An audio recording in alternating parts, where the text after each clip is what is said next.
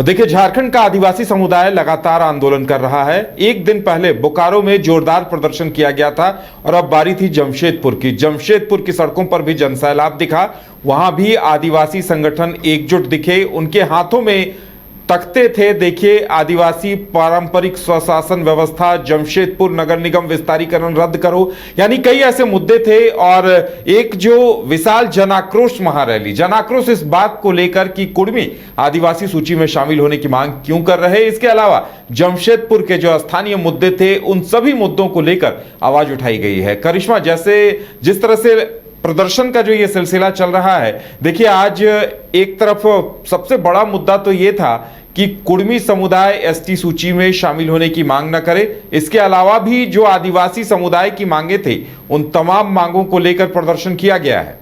जी देखिए, आदिवासी संगठन की तरफ से लगातार रणनीति बनाई जा रही थी कि बहुत जल्द अलग अलग जिलों में विरोध प्रदर्शन देखने को मिलेगा। और देखिए, आपने ये भी देखा होगा कि रांची से इसकी शुरुआत हुई थी, उसके बाद रामगढ़ और उसके बाद लोहरदगा और फिर बेरमो और बोकारो। अब देखिए, जमशेदपुर से भी खबरें सामने आ रही है कि तमाम जो आदिवासी समुदाय के लोग हैं वो सड़कों पर उतरकर विरोध प्रदर्शन कर रहे थे। और उनकी जो मांग है, चूंकि लगातार कुर्मियों की तरफ से ये कहा जा रहा है कि वो लोग पहले एसटी में शामिल थे, यानी कि 1931 से पहले वो लोग एसटी की सूची में शामिल थे, बाद में उन्हें हटाया गया और एक बार फिर से कुर्मियों की तरफ से मांग रखी जा रही है। भारत सरकार तक बात पहुंचाने की कोशिश भी की जा रही है। इस बीच लगातार आदिवासी समुदाय के लोग इसका विरोध कर रहे हैं और उनका कहना है कि हम लोगों को अच्छे से हमारा हक और अधिकार नहीं मिला है और कुर्मी समुदाय हमारा हक और अधिकार छीनने के लिए आ रहे हैं। देखिए, जमशेदपुर में सिर्फ एक ही मांग नहीं बल्कि अन्य जितने भी मांग है, चाहे जमीन जो है आदिवासियों की लूटी जा रही है, सीएनटी एसपीटी एक्ट होने के बावजूद भी धड़ल्ले से जिस तरीके से आदिवासियों की जमीन लूटी जा रही है, इसको भी लेकर लगातार जो आदिवासी समुदाय है अपनी बात को रखता हुआ नजर आ रहा है। और उनका कहना है कि इसी तरीके से आदिवासियों की जमीन हो या फिर आदिवासियों का जो धर्म हो, जो जाति हो, अब एक एक करके छीनने की कोशिश की जा रही है और अलग अलग मुद्दों को लेकर आदिवासी संगठन अपनी आवाज को बुलंद कर रहा है। देखिए, अब 4 जिला कहीं ना कहीं आपको देखने को मिला होगा कि 4 जिलों में एक जन सैलाब जो है उमड़ा। लाखों की संख्या में जो आदिवासी समुदाय है वो सड़कों पर उतरकर विरोध प्रदर्शन कर रहे थे। अब धीरे धीरे करके अलग अलग जिलों में भी विरोध प्रदर्शन किया जाएगा और ये माना जा रहा है कि आने वाले समय में 12 और 17 तारीख को रांची के अलग अलग जगहों पर विरोध प्रदर्शन किया जाएगा। एक रैली निकाली जाएगी, सभा को संबोधित किया जाएगा और अलग अलग जगहों से जो बड़े नेता है, जो बड़े चेहरे हैं, अलग अलग राज्यों से रांची पहुंचेंगे और इंटैक्ट करने की कोशिश करेंगे कि आदिवासी एक है और आदिवासी अपने हक और अधिकार की लड़ाई तब तक लड़ेगा जब तक उन्हें हक और अधिकार नहीं मिलेगा। अगर कोई दूसरा छीनने की कोशिश करेगा तो ये लोग सड़कों पर उतरेंगे। ऐसा लगातार नारा जो है वो आदिवासी समुदाय की तरफ से दिया जा रहा है। तो देखिए, आदिवासी समुदाय की तरफ से पहली मांग तो यही है कि कुर्मी पहले भी एसटी में शामिल नहीं थे, अब भी शामिल होने नहीं देंगे।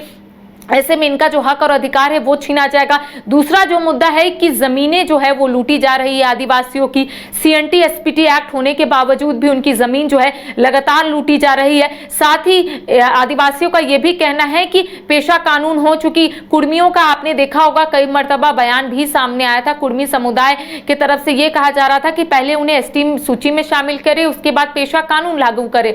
तो ऐसे में हम कह सकते हैं इसको लेकर सियासत भी खूब हो रही थी। लेकिन इस बीच अब आदिवासी समुदाय की तरफ से रणनीति बनाई गई है कि अब 24 जिलों में एक विरोध प्रदर्शन किया जाएगा, जन आक्रोश रैली निकाली जाएगी और इस रैली के माध्यम से भारत सरकार तक बात पहुंचाई जाएगी। इस रैली के माध्यम से कुर्मी समुदाय तक बात पहुंचाई जाएगी कि आदिवासियों के हक और अधिकार को अगर छीनने की कोशिश की जाएगी तो सड़कों पर इसी तरीके से आक्रोश रैली जो है आदिवासियों की तरफ से निकाली जाएगी। जी चलिए, तो अब इंतजार किया जाए कि इसका रिएक्शन किस तरह से सामने आता है, क्योंकि आदिवासी समुदाय ने साफ कर दिया है और इस बहाने आदिवासी समुदाय पूरे झारखंड में अपनी आवाज बुलंद कर रहा है। तो ऐसे में आगे सरकार की तरफ से क्या टिप्पणी आती है, जो राजनीतिक दल इस मुद्दे पर चुप्पी साधे हुए हैं, चाहे वो बीजेपी हो, चाहे जेएमएम हो, चाहे कांग्रेस हो, उनकी तरफ से क्या इस पर एक्शन लिया जाता है, क्या रुख अपनाया जाता है, ये सबसे बड़ा अहम सवाल होगा।